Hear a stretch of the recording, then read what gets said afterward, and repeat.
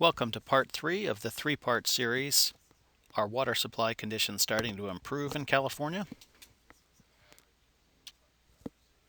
Due to 3 years of drought, the state's main reservoirs have been seriously drawn down.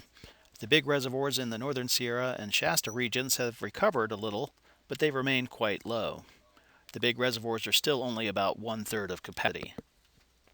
In the southern Sierra, there just hasn't been much precipitation, and the reservoirs are very low, mostly below 25% of capacity. The central and southern Sierra reservoirs are not as large as the northern ones, and they really need a good-sized snowpack to melt off in the spring to recharge them. Now, to illustrate how the largest reservoirs are recovering in Northern California, let's look at Lake Shasta, which holds about 4.5 million acre-feet of water. It's the largest reservoir in the state. You can see the storage levels dropped to just over 1 million acre-feet in late November, early December. And here are the recent inflows on the right. Now, these inflows have brought storage up to about 1.4 million acre-feet as of December 15th, which takes storage back up to where it was in August of this year.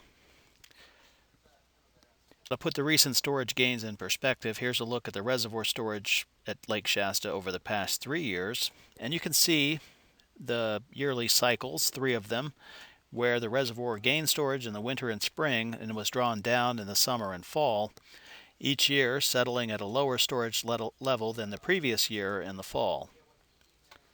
Now, here are the inflows from the recent storms, which have helped, but there is still 3 million acre-feet of capacity in the reservoir.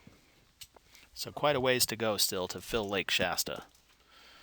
Now, to summarize over this 3-part series what we've learned, over the past 3 years, a precipitation deficit of 30 to 50 inches has accumulated in the Sierra Nevada mountains, and this area is important for long-term water supply storage. The recent storm from last week brought about 3 to 6 inches to the northern Sierra Nevada mountains and the region above Lake Shasta, bringing the season total so far to about 20 inches. Now, it would take an additional 60 inches of precipitation this water year to completely recover from the cumulative deficit in the northern Sierra.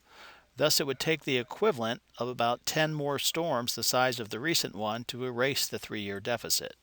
Now, of course, it's not going to all come in such large storms, but we do need the big storms to help out. The large reservoirs in Northern California need to be refilled to be in good shape for long-term water supply.